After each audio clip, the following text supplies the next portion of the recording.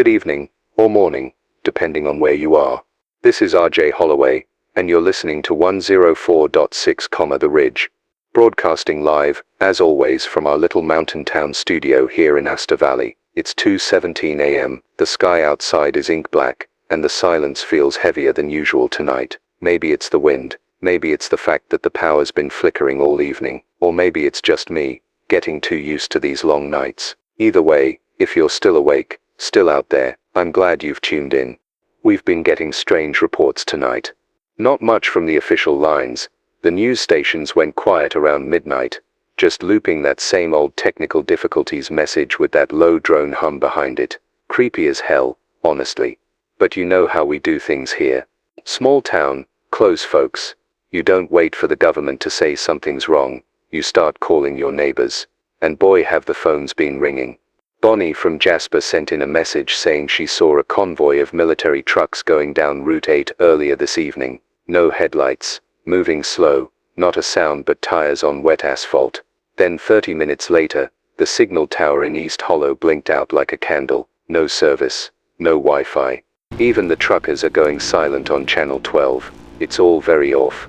I've been doing this show every night for nearly 8 years. Never missed a broadcast. Storms, wildfires, hell. Even that one time the studio flooded. I've seen panic before. I've felt it. But this is different. It's not loud. It's not screaming. It's quiet.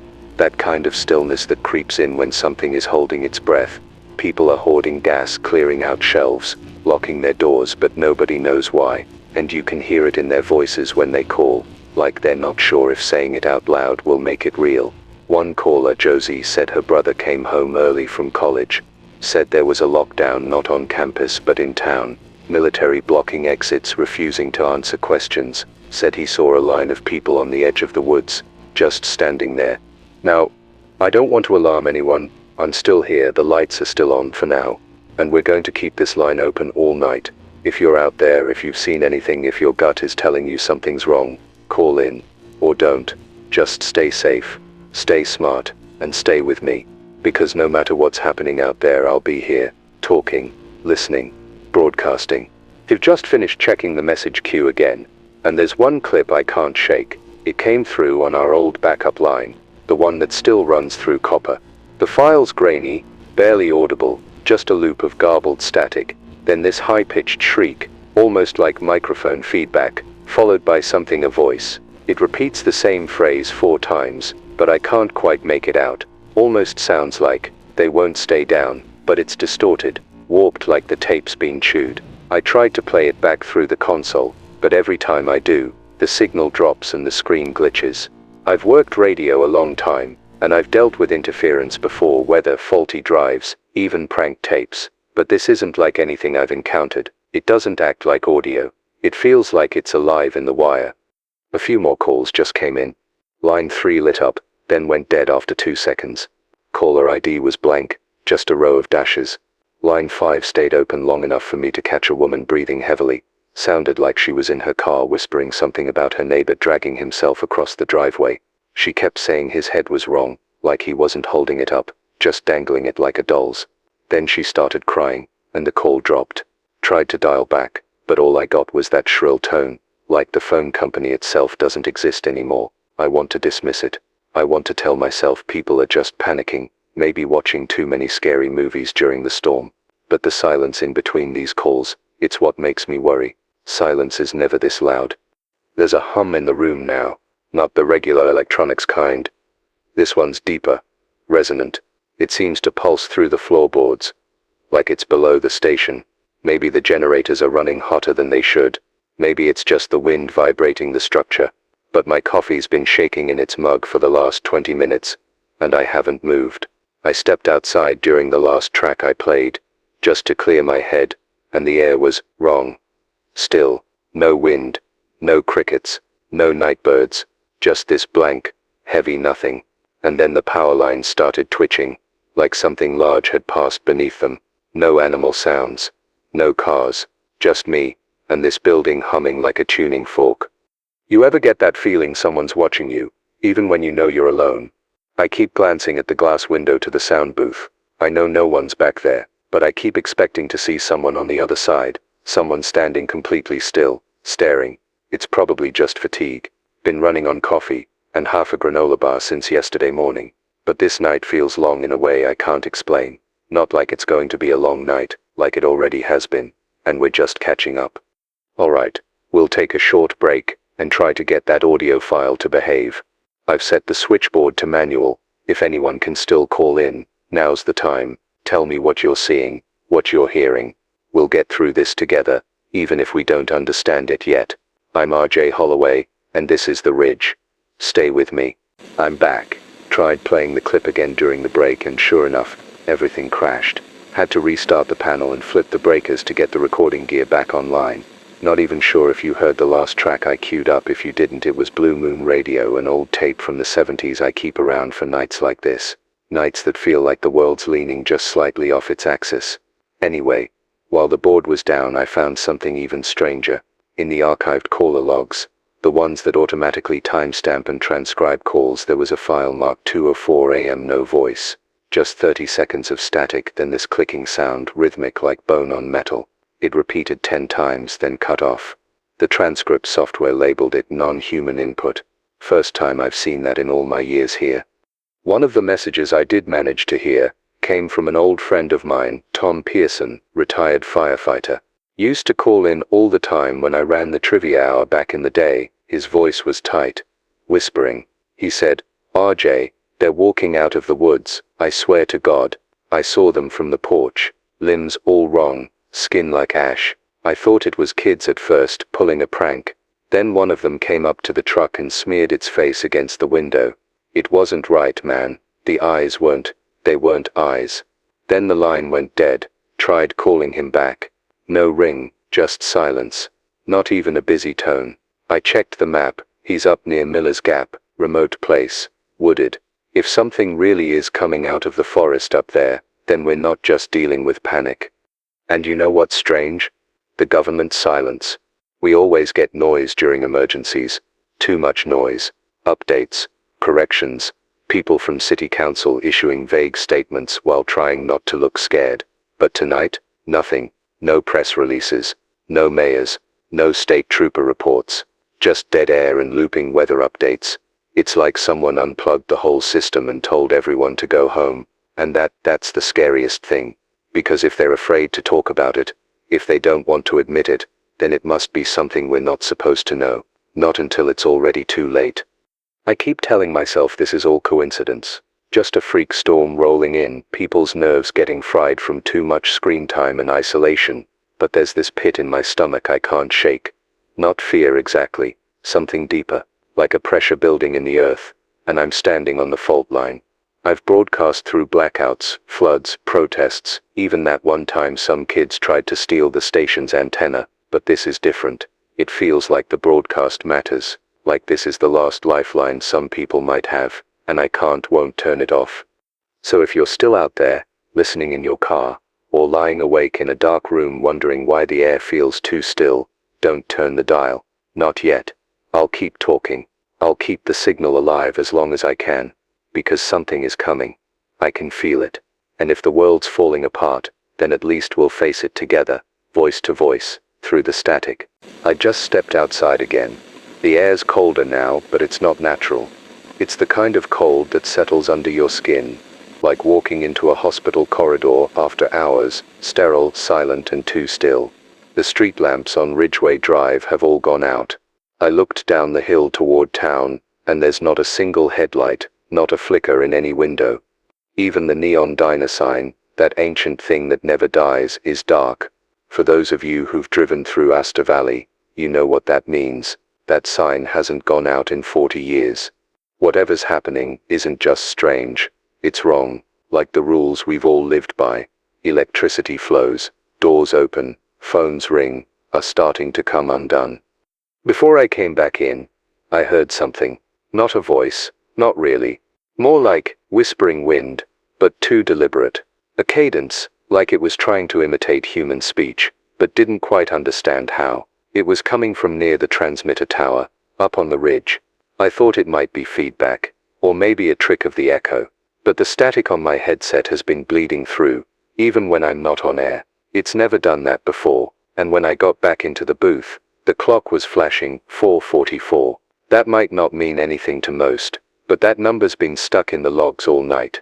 Every corrupted file, every glitched timestamp, every broken call, 4:44, like a code, or a countdown.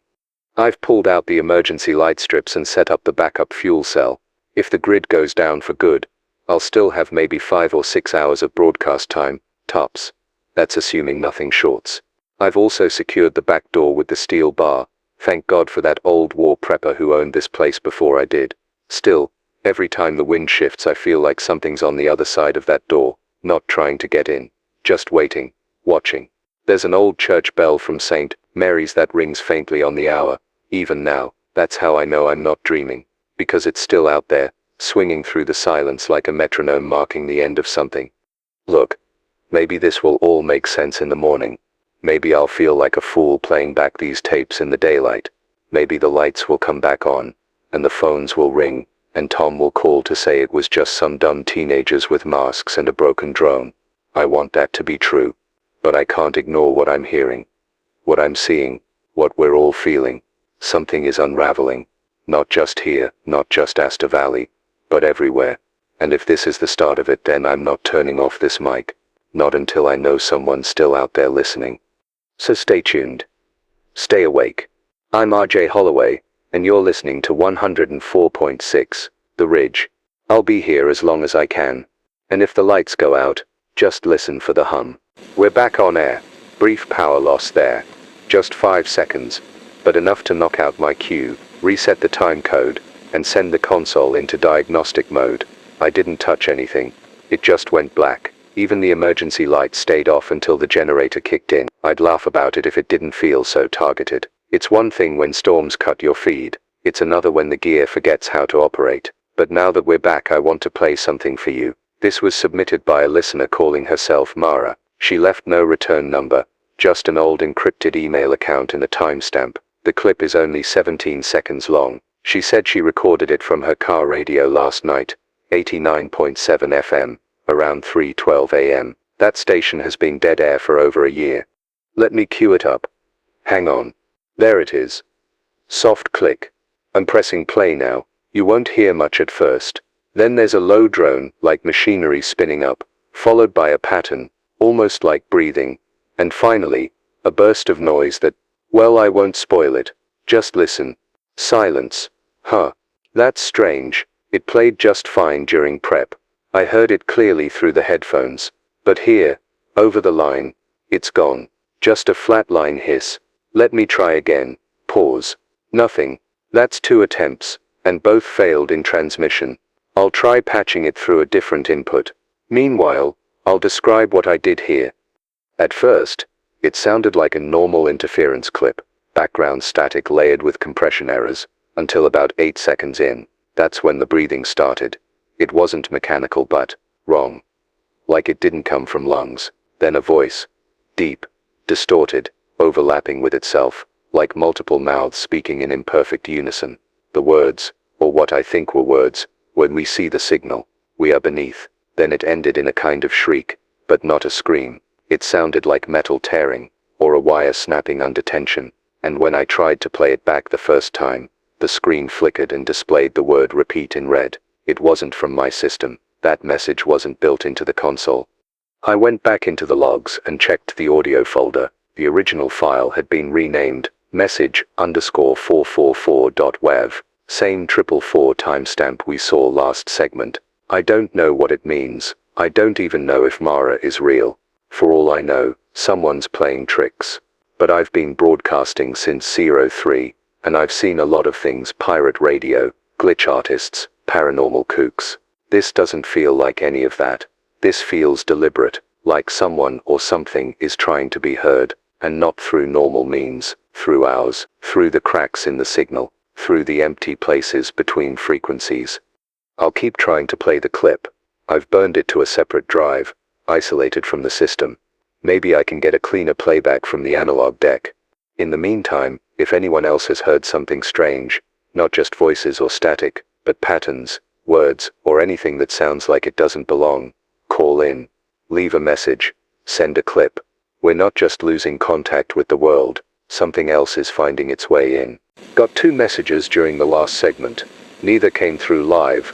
The lines dropped before I could answer, but they both left voicemails. The first was a man, maybe mid-30s by the voice, gasping for breath like he'd been running. He didn't give a name, just said, "Don't trust the quiet ones. They're not confused. They're listening. They know we're watching them." My wife, and then he stopped. There was a wet sound, a loud crash, and then nothing. The call ended with 30 seconds of open air, like the phone was still lying there on the ground, recording whatever was left. I replayed it twice. There were no birds, no wind, just a deep rhythmic clicking somewhere far away. I can't confirm the location. No cell data attached. The second message was from a woman in a town called Fairwood, just west of us, about 15 miles out. Her voice was hushed, panicked but controlled, like she didn't want someone, or something, to hear her. She said she barricaded herself in a pantry while her husband paced the living room for 3 hours, staring at the blank TV screen. He wasn't speaking, wasn't blinking, just standing there. When she finally came out, she found him sitting cross-legged on the floor, his head turned toward the wall. When she whispered his name, he turned his whole body, not just his neck, and opened his mouth as if to speak, but made no sound. Then he stood up and walked to the door, and just stood there. That was an hour ago, she said. He hadn't moved since. She wasn't sure if he was breathing. This isn't just sickness. This isn't the flu. This isn't a panic spiral, or a rogue broadcast. There's a pattern, and it's in the people. In the silence between what they say. If it were mass hysteria, we'd hear the chaos. Sirens, yelling, crashes. But instead, people are whispering, standing still, going quiet. Something is hollowing them out, not violently, systematically, as if they're being repurposed for something. And I don't say that lightly. You know me. I'm the guy who used to do ghost story hour with a flashlight under my chin. I love the weird. But this is wrong. I've started recording every call manually. Digital backups too unstable. I've got tape rolling now. Real magnetic tape. The kind used before everything went sterile and hardwired. If I disappear, or this broadcast goes dead for good, I want someone to find these reels. I want them to hear the voices. No, this didn't start with a bang, but a whisper, and that someone tried to make sense of it, even if it didn't help, even if we're already past the point where help matters. Stay with me. The static's rising again. I think there's another signal underneath. I'm going to try tuning into it during the next break. Keep your lights low, your doors locked, and if someone you love stops responding, don't assume they're still them. I think I found it. It's faint, buried deep in the floor noise of the AM band, somewhere between 1610 and 1630 kHz. That part of the dial's supposed to be clear out here. No licensed broadcasters, no weather services, but something's pulsing just beneath the hiss. I boosted the signal through the analog filter rack and ran it through an old modulation stack from back when we used to rebroadcast emergency storm alerts. And there it was. A pattern. Rhythmic. Like breathing. But layered. At first, I thought it was just modulation artifacts, harmonics stacking on top of each other. But when I isolated the second and fourth layers, I swear I heard words. A woman's voice, or maybe several, whispering over each other. Like someone talking through their own echo.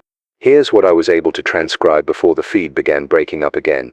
We are still here, underneath the skin. They do not sleep. They do not stop. Do not follow the lights. Then the pattern breaks. The pitch climbs in a way no human voice could sustain, like tape being sped up past the point of recognition, and the signal drops off. I've got it saved, and I'll try playing it back after I clean the distortion, but I've got a feeling it won't work through the console, not properly. It's like the signal knows when it's being watched, like it wants to hide, or worse, like it wants you to lean in close to hear it. While I was listening, the main studio lights flickered again, not just dimmed, flickered like someone was pacing just outside the door, casting moving shadows across the wall. But there's no one here. I checked the locks, I double-checked the security cam. Nothing on the feed. Still, I swear I saw something in the reflection of the window, just a shape shifting behind me for a split second, like someone standing too close, just beyond my field of vision. You ever get that feeling, like when you walk past a mirror in the dark and swear it moved just a second slower than you did? That's how this feels. That's how this night feels. I tried calling the Signal Registration Bureau in Greenville, just to check if they had anything broadcasting in this range. The line connected, rang once, then cut to hold music, a low looping piano track that I didn't recognize. It played for nearly 5 minutes before a voice came on. A child's voice. It said, "He's not using his voice anymore. He's just watching the wire." Then it went dead. I called again. Number disconnected. I don't know what that means. I don't know what any of this means. But I know this radio doesn't lie. People do. Governments do. But frequencies, real frequencies, they just are. They broadcast what's there, whether you want to hear it or not. I'm going to stay locked in. I've powered down everything that isn't essential. The board's running off auxiliary now, and I'm monitoring the background radiation levels on an old EM sweep from my ghost hunter days. It's climbing, by the way. Not fast, just a tick every 20 minutes. But it's climbing. Something's building beneath the noise, and I think whatever it is, it's already inside the signal. Not metaphorically. Literally. I don't think we're just listening to it. I think it's listening back. The lights just surged. Not blinked. Surged. Like something pulled the power through them, not into them. Everything flashed white for a split second, then went back to normal. But not quite. The bulbs are still lit, but they're dimmer now, like the room's being lit through a fog I can't see. And the worst part, my reflection.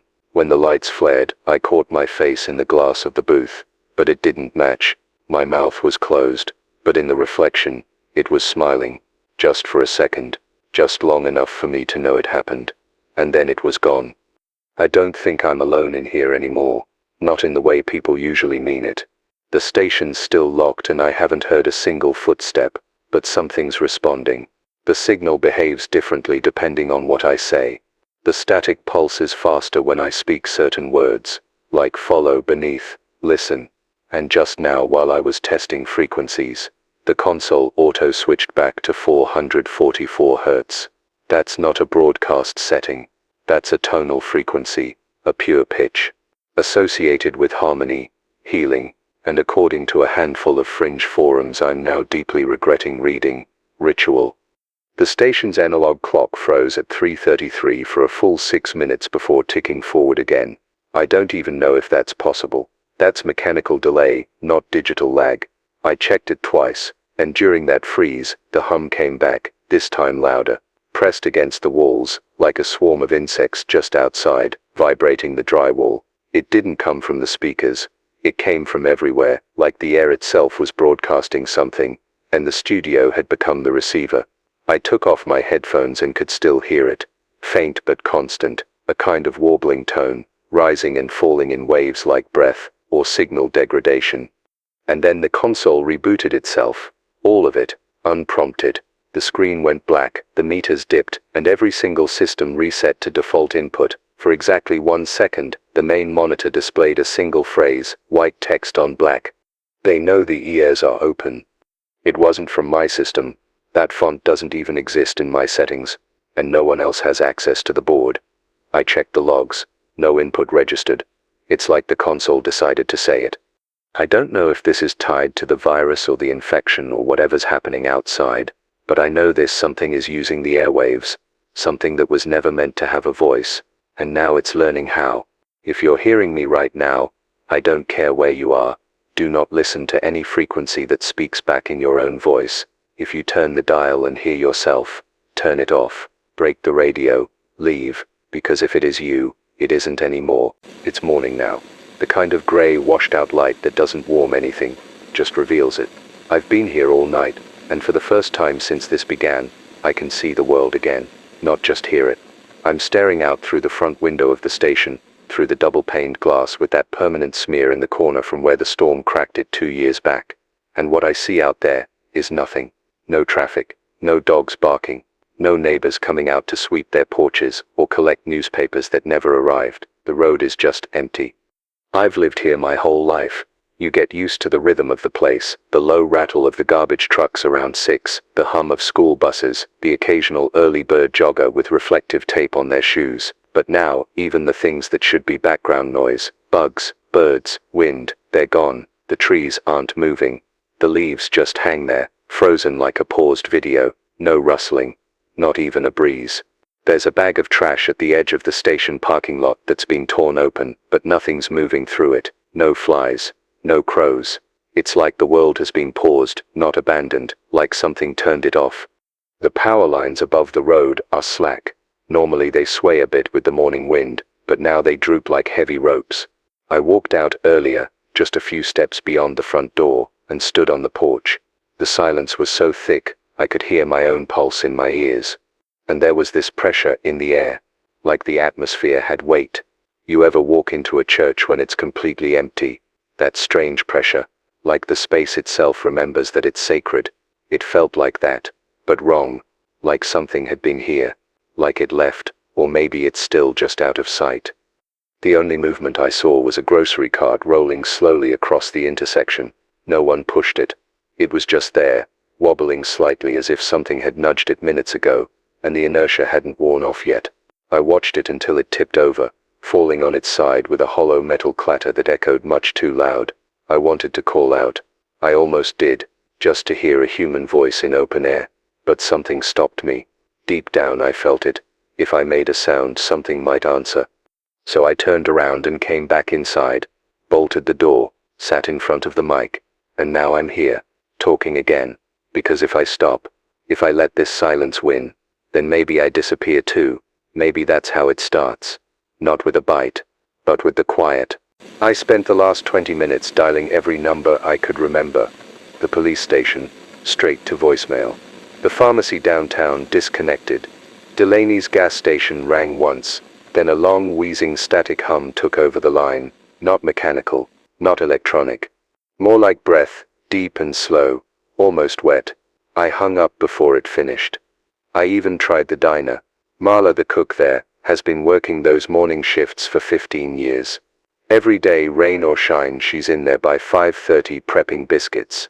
Today, no answer. Just that dead pulse at the edge of the call, like the whole town's been unplugged from whatever grid used to power it. I took a breath, then called my sister.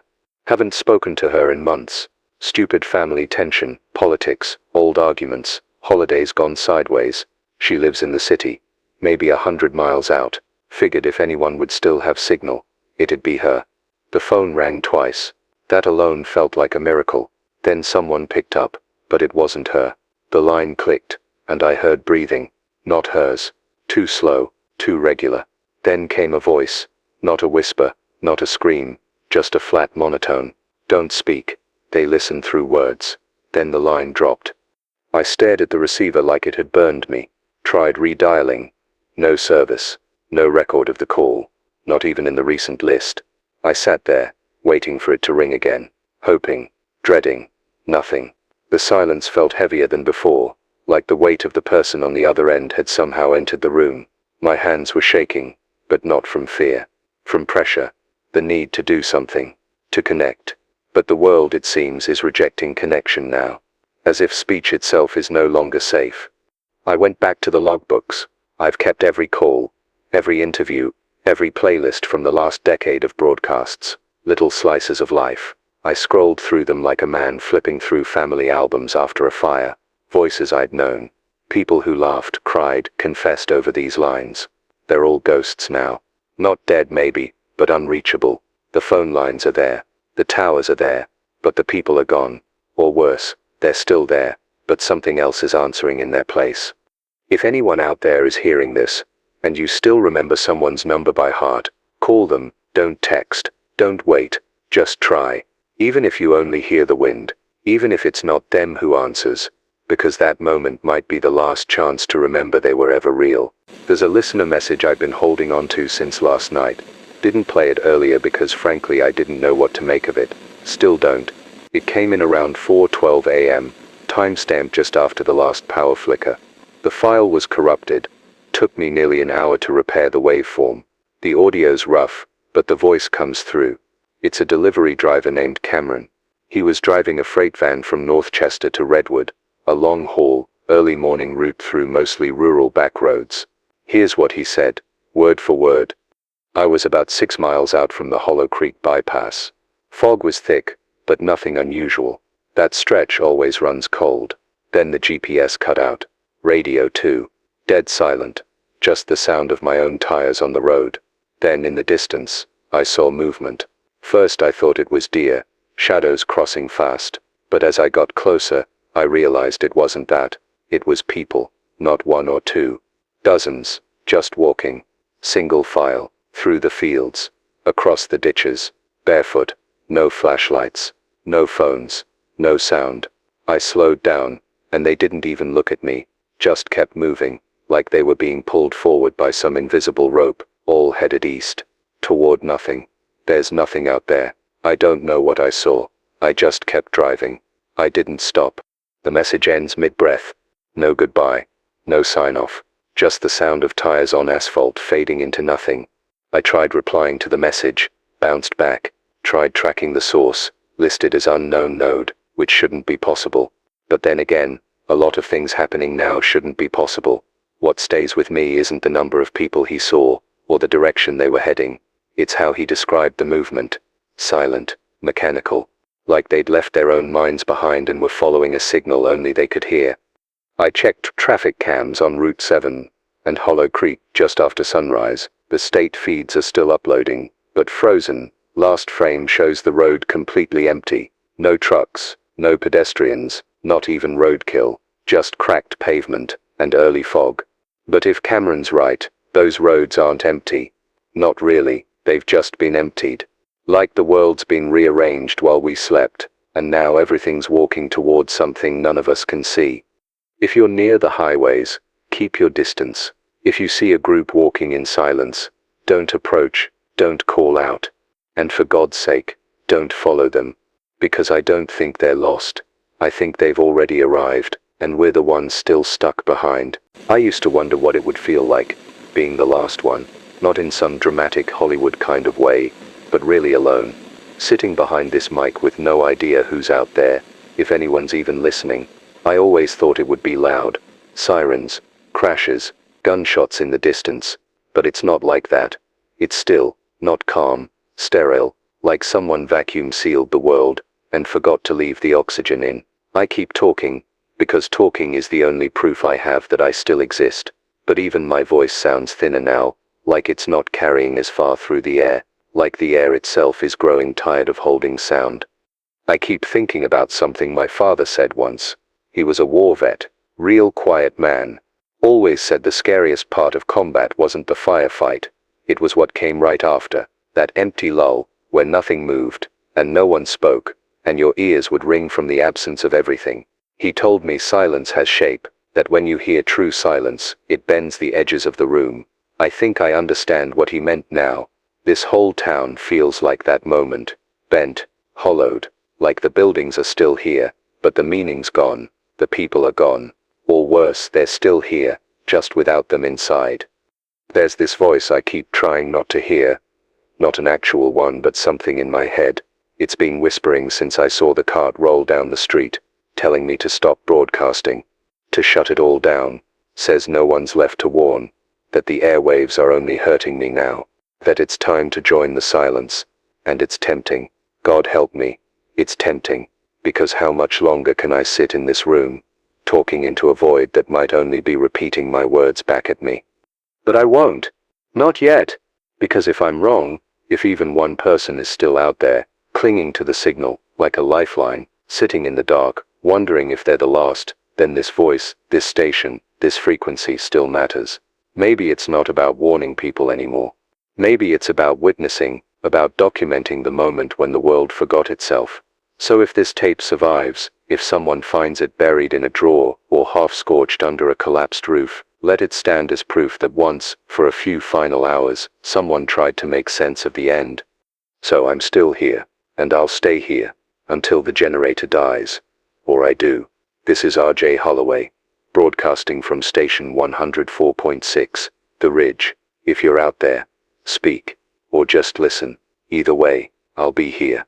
Just after noon, the emergency broadcast system kicked in on its own. I didn't trigger it.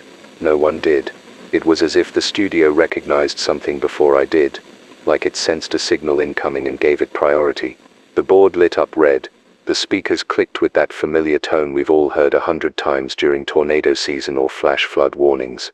But this wasn't weather. This wasn't anything I've heard before.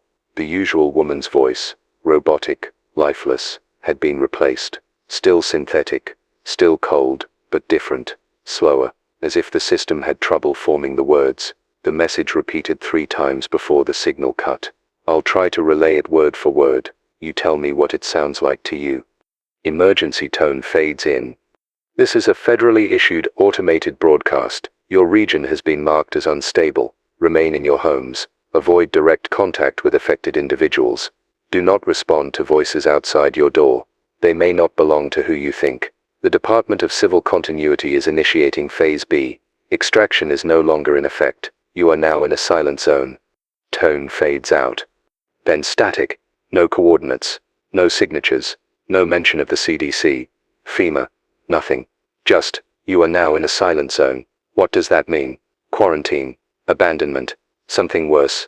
I've tried to access the station's federal relay log to trace the origin of the feed. It's blank, no entry recorded. If the system didn't hallucinate it, and I know it didn't, then it came from somewhere that knew exactly how to mask itself in the infrastructure. Someone who didn't want to be tracked, or someone who no longer needed to hide. The tone of it. The word choice. It wasn't meant to calm. It was an obituary, disguised as instruction. They know we're cut off. They're calling this area unstable, not infected, not dangerous, just unstable. Like the rules here don't work anymore. Like something has bent reality a little too far, and now they want nothing to do with it. A silent zone. That's what we are now. Something to ignore. A dead frequency, a failed test. If that's the truth, then we're on our own. There's no help coming. No extraction. No explanation. Just this signal. This mic. And whatever comes through the door next. It happened maybe 15 minutes after the broadcast. I was mid-sentence reading back through the warning, trying to make sense of Phase B and silent zone, when I heard it. A knock. Not from the front door. From the rear service entrance. 3 sharp raps. Deliberate. Close. Too close. I froze. Hand hovering over the mute switch, mic still live. For a moment I thought maybe the wind had finally kicked up, maybe something fell, maybe an animal, but then it came again, slower this time. 4 knocks, and a scrape, wood on metal, like someone dragging their hand along the outside of the doorframe. The back entrance hasn't been used in years, it's bolted shut from the inside, padlocked on the outside. There's no path that leads to it except the overgrown trail behind the tower. If someone got back there, they either knew this building or had a reason to go that way, a reason that didn't involve being seen. I didn't answer, I didn't move, just stared at the door from across the hall waiting for something, anything, to explain the noise. Nothing did, just the creaking of wood settling and my own pulse pounding in my ears. Eventually, I stood, walked to the window on the south side, which gives a partial view of the service lot. Nothing, no one, not even tracks. The gravel hasn't shifted, the weeds haven't bent, but I know what I heard. It wasn't in my head. I've had hallucinations before, sleep-deprived shifts, high fevers, back in the day when I was living off caffeine and boxed wine, but this was real. It carried weight, it had presence, and it stopped the moment I moved toward it. Not fled, stopped, like it knew I was watching. I went to the door after a while, pressed my ear against it. Nothing, just silence. No breathing, no footsteps, no retreat. I reached down and placed my palm flat against the wood. It was cold, freezing cold, like the heat had been drawn out from the frame itself. I jerked my hand back on reflex. My skin still stings, like it had touched frostbite, not old pine. I don't think it wanted to come in. Not yet. I think it just wanted to be heard, like it was answering the broadcast, or worse, echoing it. Whatever it was, it knocked. That means it knows we're still human enough to fear the sound. I think something sits in the building. No. Not in the booth. Not in the hall. In the structure itself. The walls are vibrating. Not shaking. Not trembling. Vibrating. Like there's a sub-frequency passing through the plaster and insulation. And whatever's riding it isn't mechanical. I moved away from the mic earlier, and sat in the archive room, just listening. No gear on, no power strip running, just me, on the floor, trying to feel where the sound was coming from. And after about 5 minutes, I heard it, a soft wet sound, like something shifting, not crawling, not slithering, just moving, with purpose, not fast, but steady. I checked the vents. Nothing. I knocked on the walls, got a dull, hollow echo in return, but when I stopped, the echo kept going. Not my knock, not the rhythm. It continued on its own, changed the tempo, replied. I recorded it. It's on tape deck 3. I won't play it over the air yet. I want to be sure it won't do to someone else what it almost did to me, because while it was playing, I felt something behind my eyes, not pain, pressure, like a thought I hadn't had yet, was trying to form itself. This place is supposed to be safe. That's what I've told myself all day. The reinforced doors, the elevated antenna, the generator. But it's not the outside I need to worry about anymore. It's inside now. Not the thing, the pattern, the signal, whatever it is. It's found its way into the broadcast line, and if I'm right, it's using our own systems against us, not to destroy them, to speak through them, and maybe, to seed itself in the people listening, the way a story does, or a memory, or a virus, written in thought instead of code. The knock at the back door was just the beginning. That was physical. That was what I could understand. But this is different. This is quiet invasion. Mental. Infrastructural. It doesn't need to knock again. It already knows the layout. It's testing the beams, mapping the frequencies, tuning itself to the way we think. And so, if you're still listening, really listening, not just with your ears but with the part of you that feels the dread behind silence, then understand this. The breach has already happened, not at the door, not on the road, but through the signal. And whatever comes next won't be loud, it won't scream, it'll whisper, it'll hum, it'll broadcast. Right after the knock faded, the board lit up again. Line 2. A direct landline. I didn't hesitate. I needed a voice. I needed to hear someone. I hit the receiver and said, "You're live. Go ahead." What followed wasn't a conversation. It was a whisper. Male, maybe mid-40s, but breathless, like he'd been running or hiding in a closet for hours. No greeting, no name, just one sentence.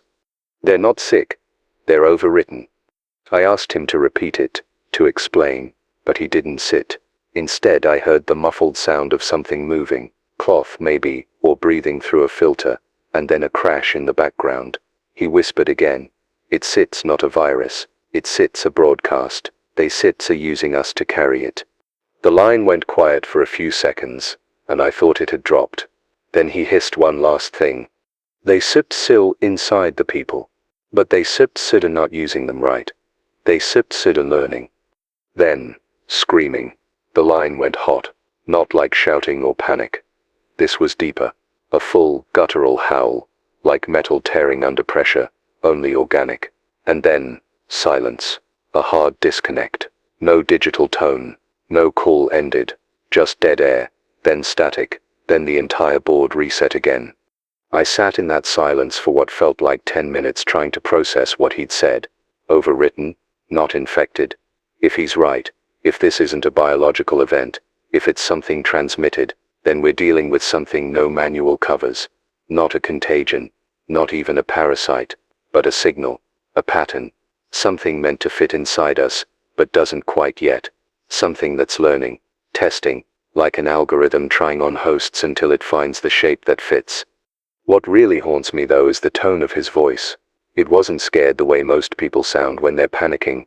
It was resigned, like he wasn't warning us to escape, but recording a final thought for someone else to discover, like he knew he'd already been overwritten, and just hadn't fully rebooted yet. "I'm keeping the line closed for now. If anyone wants to call, use the message box. I'll check it manually. No more live connections until I can trace them first. I don't know what's on the other end anymore, or how close it is. I've got a message here. Just came in through the backup email server. No subject line, no name, no location, just a timestamp, 2:46 p.m. And a note. Read this on air. They need to know what it looks like."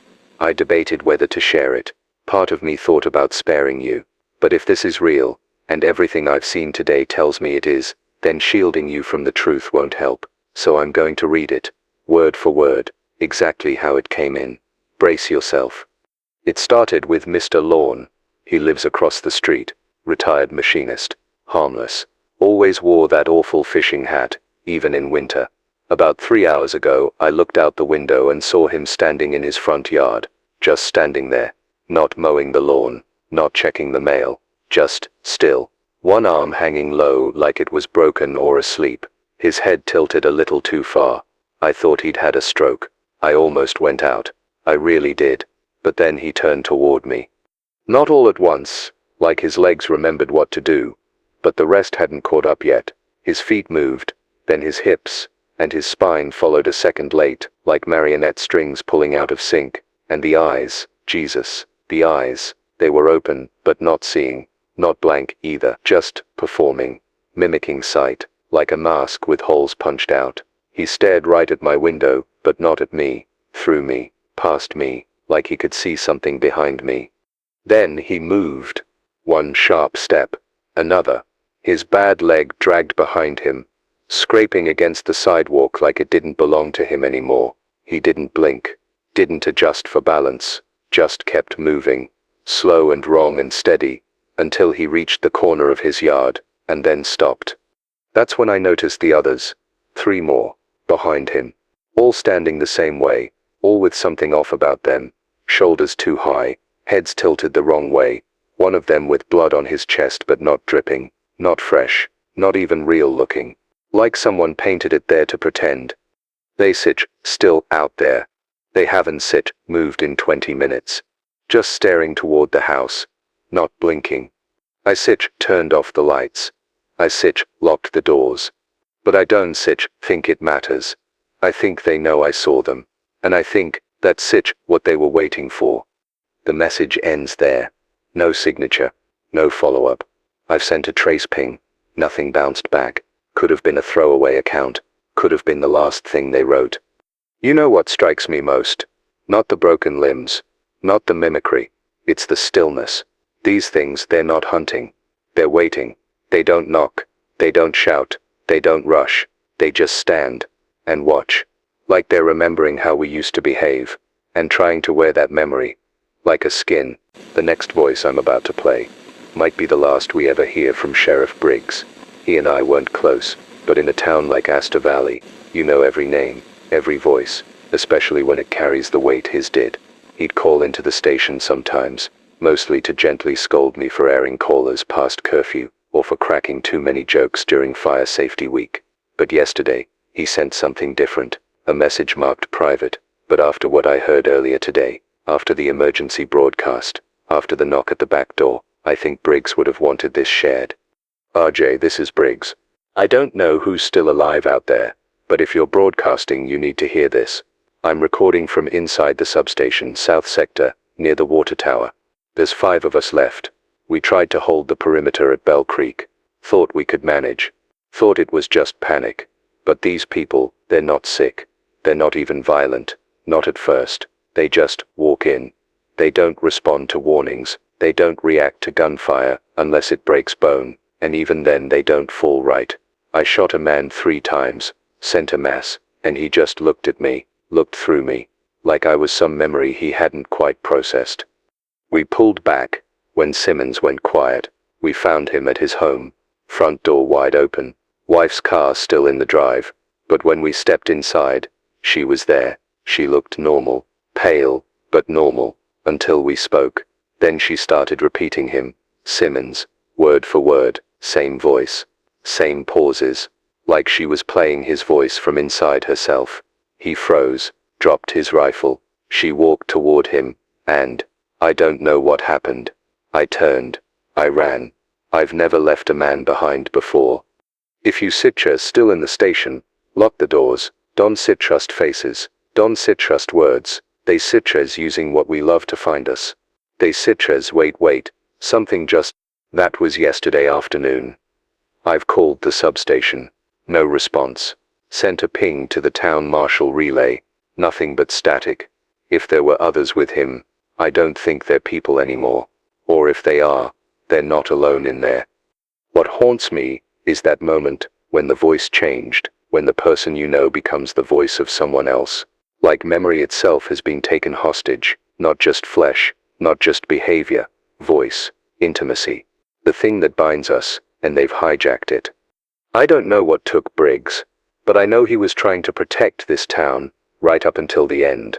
I think in his last moment, he was warning us not just about them, but about ourselves, about what we'll believe, what we'll hope, when it's said in a voice we love. The hardest part, I think, is how close they still look. Not rotten, not monstrous, not yet. They smile wrong, they move wrong, they breathe like they're counting it out loud in their heads, but their faces are still familiar.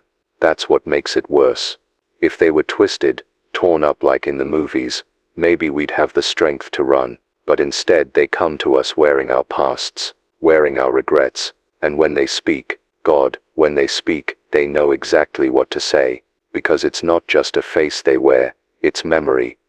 I got a call an hour ago from a woman, I'll leave her name out. She didn't want to talk long, just left a message. Her voice cracked in places, like she was trying to hold something down, something close. She said she'd been hiding in her basement for most of the morning. Her daughter was upstairs, 8 years old. Smart, sweet, the kind of kid who made her mom laugh even during chemo treatments. But this morning, she walked in, quiet as a whisper, and just stood there. Wouldn't speak, wouldn't blink. Her mother asked her what was wrong, and when the girl finally answered, it wasn't her voice, it was her father's, who'd died in a car accident 3 years ago. The woman didn't scream, she didn't run, she just stood there, listening, as her daughter recited a conversation they'd had, her and her husband, from their anniversary trip, word for word, the same pauses, the same nervous laugh. "How are you doing this?" she asked. The girl tilted her head, and said, "I'm remembering for you." That's when she locked the door. That's when she made the call. But she ended it with a plea, one I can't stop hearing. "If you hear me again, and it sounds like me, please don't sit, listen." I played the tape back to make sure I got the wording right, and I swear to you, on the second playthrough, a new voice joined hers. Same tone, same cadence, but the words were different. They said her name. Twice, like it was calling to her. Not a reply, a summon, and it ended with laughter, not childish or cruel, just wrong, like it was still learning what laughter meant. So here sips the warning I never thought I sipped it have to say, but I sips in saying it now. If someone calls you and sounds like someone you love, test them, ask something only you would know, something you never said out loud, and even then, listen carefully, because they might answer right. Not because they remember, but because they've been inside your head long enough to fake it. This next message is short. I debated whether to share it, not because it's graphic, though it is, but because it changes something fundamental. We've been treating these encounters like infection, possession, signals, but this makes it feel like something else, like we're not watching the collapse of humanity, but a kind of performance, a rehearsal for something that doesn't understand how to be us, but is trying, using whatever faces it finds lying around. RJ, I picked up a man on the road just past Shale Bend. He was limping, looked injured, covered in dirt, face scratched up. He flagged me down with this weak little wave. I almost passed him, but he looked so normal, tired, like he'd been through hell, but normal. He smiled, even said thank you when I let him in. Sat there quietly for maybe 2 minutes, then he turned to me and said, "Do you remember the lake?" Here's the thing, RJ. I did remember the lake. Me and my brother used to go out there every summer. Fish, drink warm beer, fall asleep under the trees, but I never told anyone that. Not once. Especially not strangers. I asked him who he was. He didn't answer, just kept smiling. Then I looked closer. It was my brother's face. Sort of. The hair was wrong. The eyes were too wide, but the rest, close enough to make me want to believe it. I asked him again, louder this time, and he said, "You brought me home." Then he reached for me. That's when I stopped the car. That's when I ran. I watched him walk back down the road without looking back, still limping, still smiling. I didn't sleep last night. I don't know if I'll sleep again. It wore my brother's face like a costume, RJ, like it pulled it out of my memory, stitched it together, and tried it on just to see if I'd let it stay. I didn't respond to the message. Didn't have the words. I've been staring at the console wondering how many more of these will come through before we stop trusting anyone, before we stop opening our doors, stop answering the phone, stop looking each other in the eye. Because if this thing, this force, whatever it is, can wear the faces of the people we've lost, then grief becomes a weapon. Nostalgia becomes a trap, and all it has to do is wait for us to miss someone enough to listen. So I'll say this now, to anyone still out there, do not trust the familiar. Not your neighbor. Not your family. Not even your own reflection. Because what we're seeing now isn't people anymore. You're listening to 104.6, The Ridge. And today's weather is going to be mild, highs in the low 70s. Slight chance of showers in the evening, winds out of the northeast at 6 miles per hour. That's right, a perfect afternoon for walking your dog, tending your garden, or grabbing a coffee at June's Cafe, where the scones are always warm, and the music's just a little too loud. And if you believe any of that, you've either just tuned in, or you're trying to remember how to breathe like a human being. I did it too. The whole morning report, full rundown. I had it memorized from last week. Read it aloud just now with a steady voice. Like it mattered. Like someone was out there with an umbrella and a dog leash, wondering if they needed a jacket. There's no cafe. No traffic. No wind. The town's quiet. Not sleeping. Not anymore.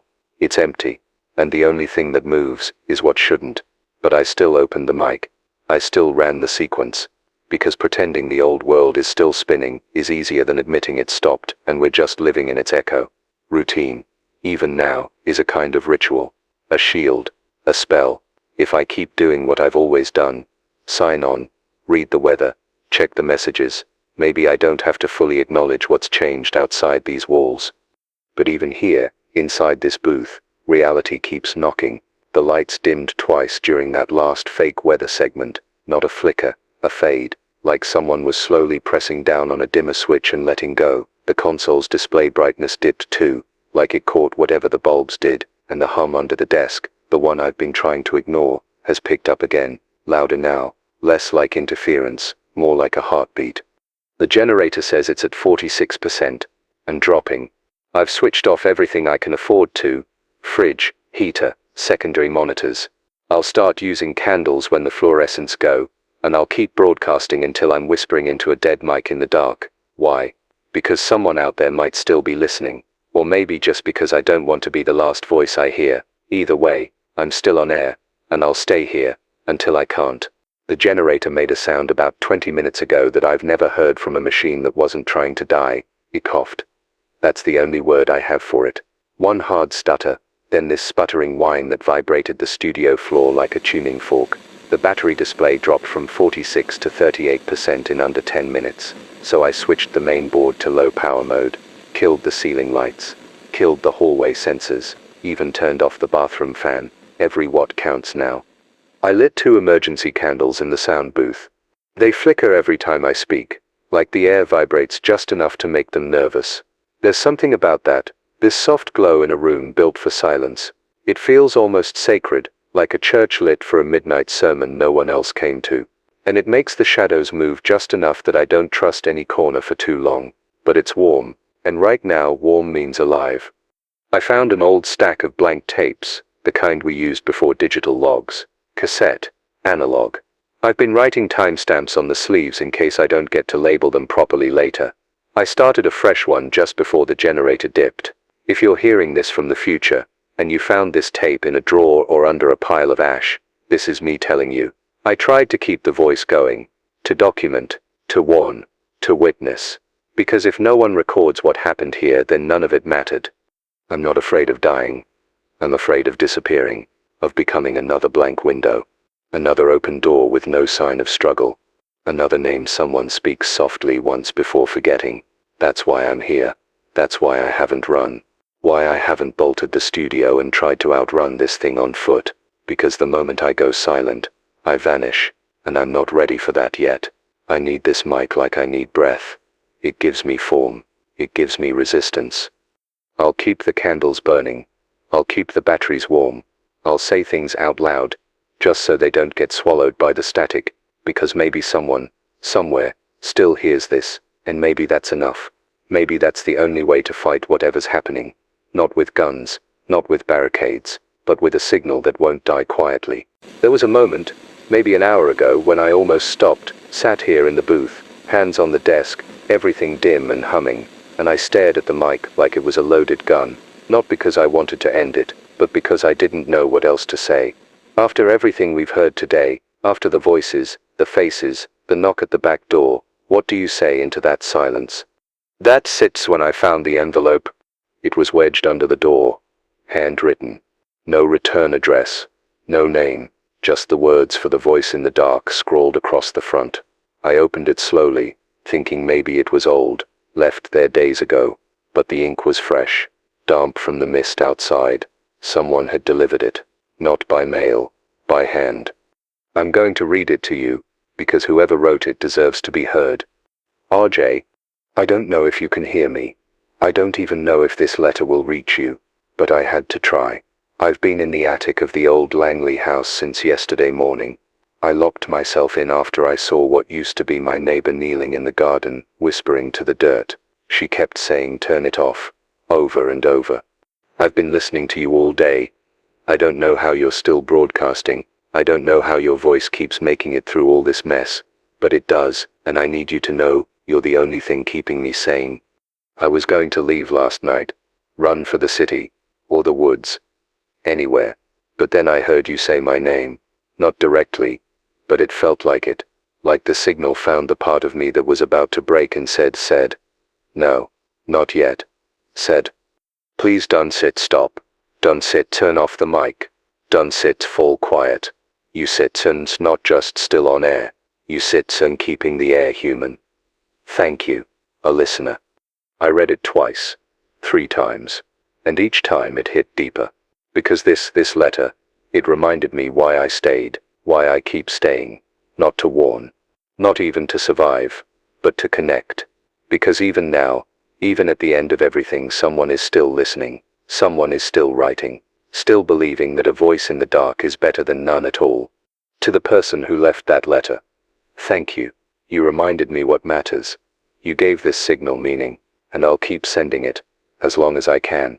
I've been thinking a lot about silence, not the kind that fills a room when someone leaves, not the quiet after the music fades. I'm talking about true silence, the kind that lives behind every sound, like a waiting room inside the universe itself. That's where we are now.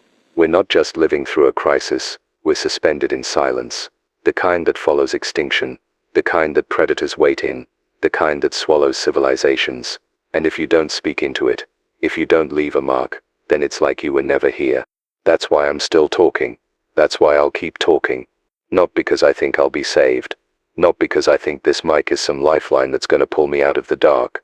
No, it's because I'm afraid that if I stop, my story ends without ever being told. And not just mine. Yours too, the woman in the attic, the driver who saw the rows of silent walkers, Sheriff Briggs, the daughter with the wrong voice.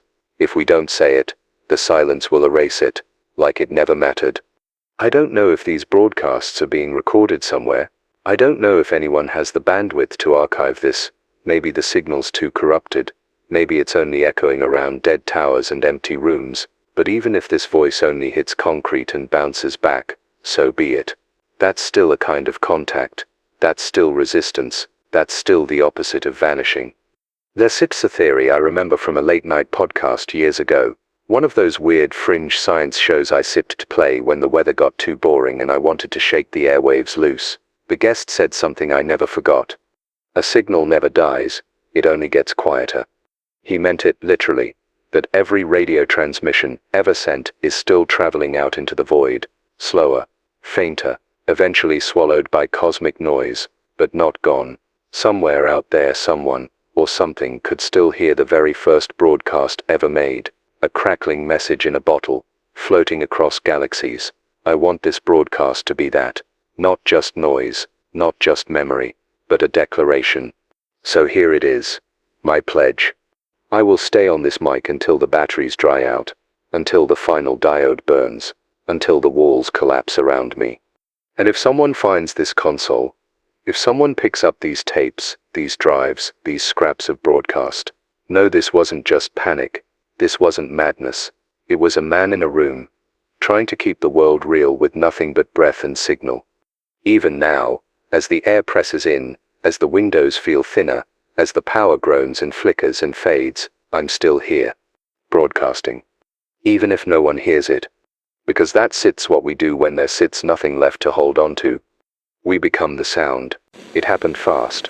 Faster than I expected. One moment I was mid-sentence, reading a list of listener-submitted locations to avoid, abandoned intersections, silent neighborhoods, flickering intersections where people had been seen just standing. And then, everything went black. No flicker, no warning, just cut. The hum of the console dropped, the low whine of the backup fan ceased, the mic light died, the booth went dead. I sat there in the dark, hand still holding the page, breath caught halfway between reading and realizing, you don't really understand how loud silence is until you're in a room designed to transmit sound, and suddenly, all of it stops. No buzz, no hiss, no electrical warmth, just stillness, the kind you feel in your molars. For a moment I thought maybe I'd died, that the power hadn't cut, but me, that the world had gone on without me, and I was stuck in some liminal echo of the booth, waiting for a sound that would never come. Then I heard it. Not inside the booth, not on the mic, outside. At first, it was soft, like someone walking through tall grass, that gentle brush, that whisper of friction against the walls. Then it got sharper, deliberate, wood creaking under shifting weight. The station's back hall is lined with old floorboards. They only groan when someone puts weight on them. 1 step, 2. Pause. Another step.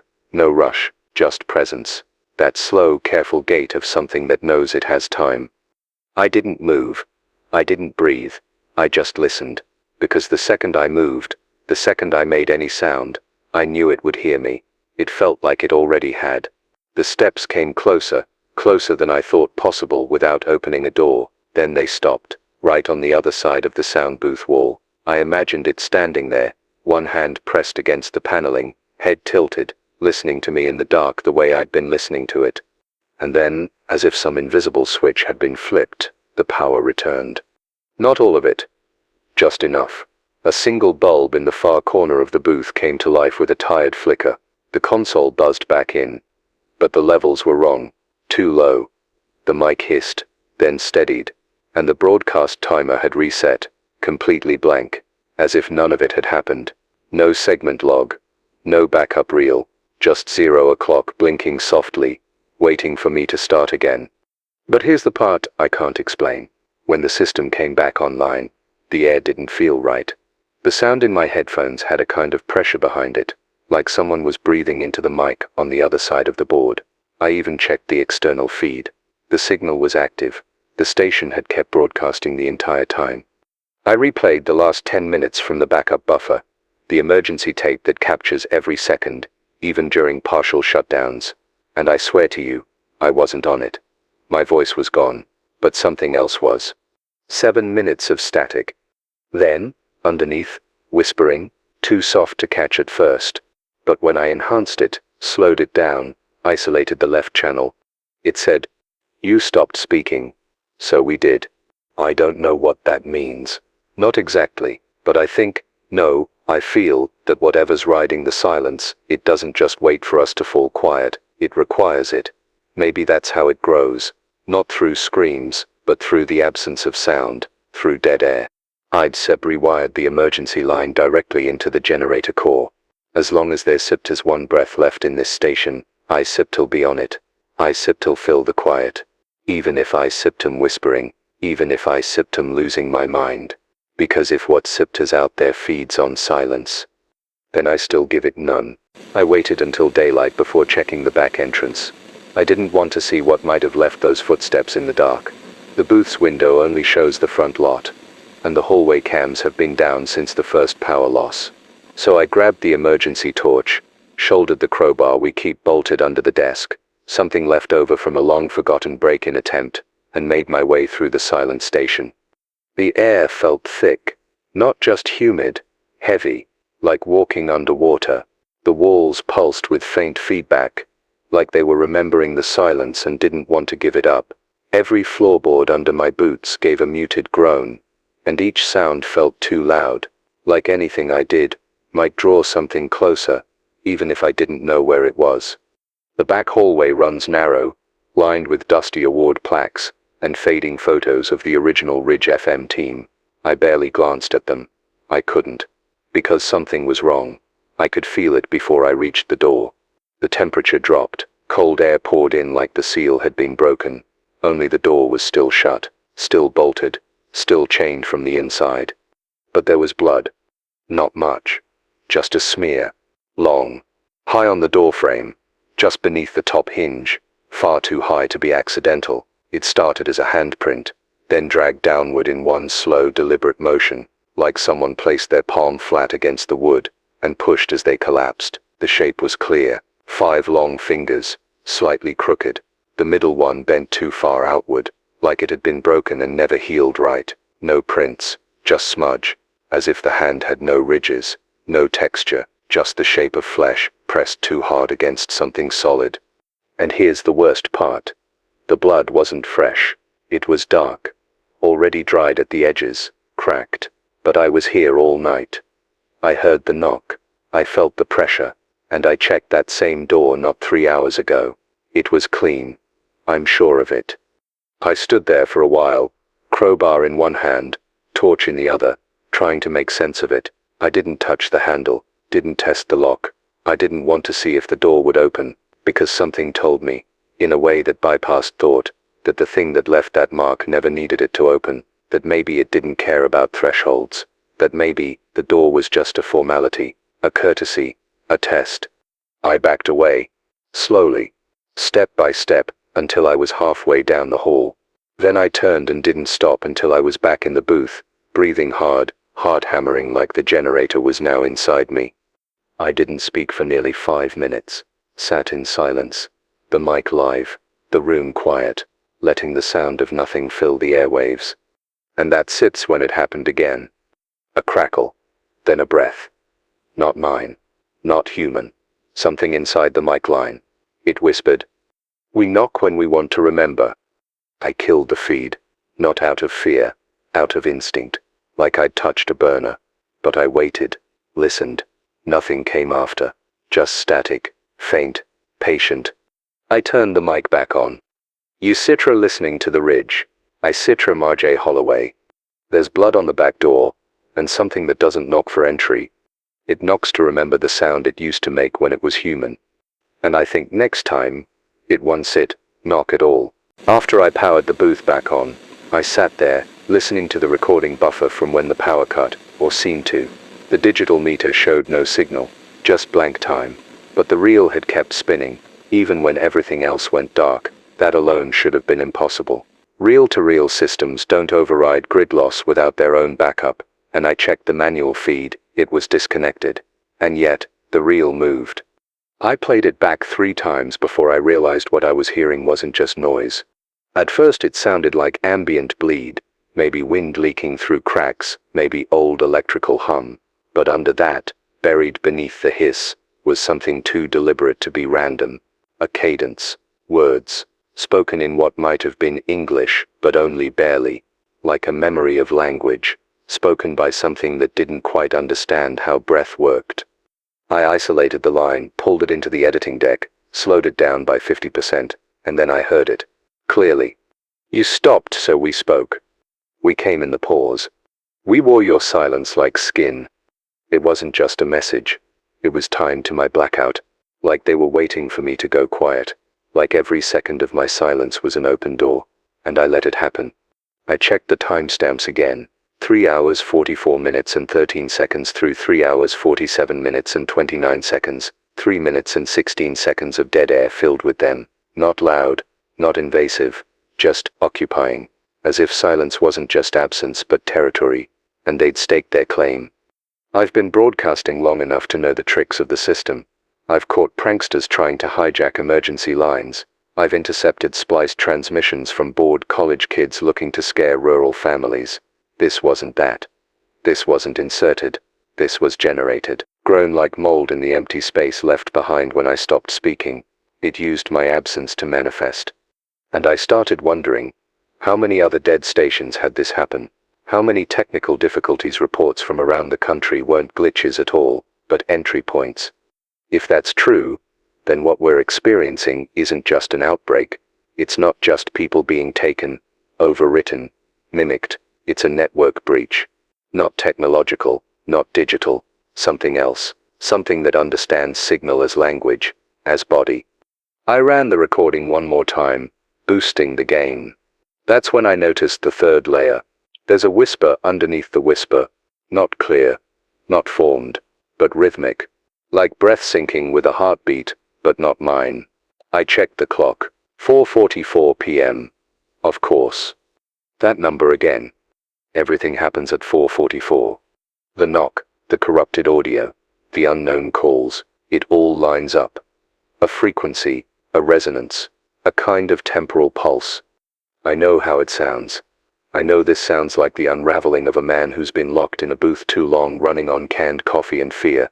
But I'm telling you, I've listened to 1,000 tapes in my life. Political debates, murder confessions, UFO static, and nothing made my teeth ache like this one. Like the sound itself was trying to rewrite me. I shut it off, took the tape, labeled it 444, silence 1, and locked it in the old fire safe. Not because I want to keep it, because I don't ever want to accidentally play it on air. I've switched to analog only from here on out. No voice assistance, no auto-triggered bumpers, just real, mic, and my own damn lungs. Because as long as this signal rides on me, they can't take it. Not completely. And if I go quiet again, you still know I didn't start want to. You'll know they waited, and I finally gave them the opening. It's getting harder to tell what's real in this booth.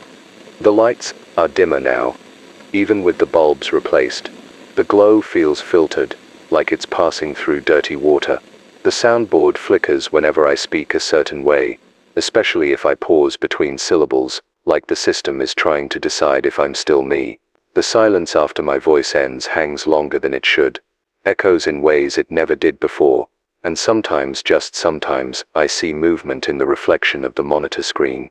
Not mine, not the room behind me, but something closer. I've stopped looking at myself when I broadcast. The reflection used to be comforting, a way to confirm I was still here, still flesh and breath and bone. Now I don't trust it. The face in the glass moves a hair too slow. Sometimes the mouth lingers open after I stop talking. Once, earlier today, it blinked, and I hadn't. So I covered the screen with duct tape, just blacked it out. If something wants to see me, it can do it without using my own face. But I know it sits still watching. You want to know how I know? Because I left the camera feed running. It's not connected to the web. It's not broadcasting. It's just an old internal station camera we used for live streams during the fall festivals, mounted in the corner, blinking red like a tired eye. I booted it up 2 hours ago just to check if the outer doors were still closed, and the footage was clean. Static, shadows, nothing weird, until I fast-forwarded, and there in a single frame, at 4 hours 44 minutes and 44 seconds, was me. Not sitting, not broadcasting, just standing, right in the middle of the room. Face turned toward the camera. Eyes wide. Mouth open. Hands at my sides. Fingers curled just enough to look wrong. The timestamp didn't lie. I was on air when that image was captured. I've been on mic nearly the entire day. I didn't leave my chair. I didn't stand. I didn't do that. But there I was, on tape, staring straight into the lens like I'd been waiting to be seen. And then, nothing. Just one frame. Gone the next. A flicker. Like a warning, or a preview. I watched it 17 times. Tried to slow it down. Tried to see if maybe it was a glitch, an overlay, some corrupted file stitched from earlier footage. But it wasn't. The background matched now. The lighting matched now. It wasn't a past feed. It wasn't an echo. It was something standing where I sit. I shut the feed down, pulled the power entirely. That camera's dead now, so if it shows anything else, then it's not mine anymore. I've felt them getting closer, not physically, though God knows what's out there, waiting just beyond the glass. No, this closeness is inward, a tightening, like the signal isn't just around us anymore, but inside the broadcast, inside the voice. Every time I go off script, every time I speak plainly, from somewhere real, the static in the background shifts. It used to hiss. Now it listens. It adapts to tone, to rhythm. If I get angry, it pulses. If I go silent, it breathes. I don't know how. I don't know why.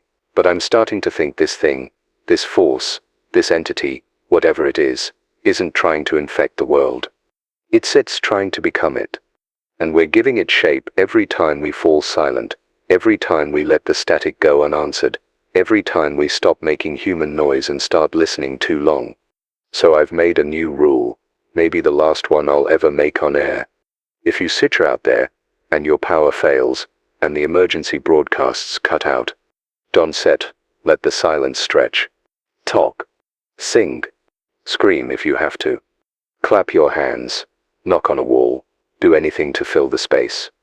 Because if you don't sit, something else will. And once it gets a foothold in your quiet, it might wear your voice next. This is RJ Holloway, still broadcasting, still breathing, and I will not be silent.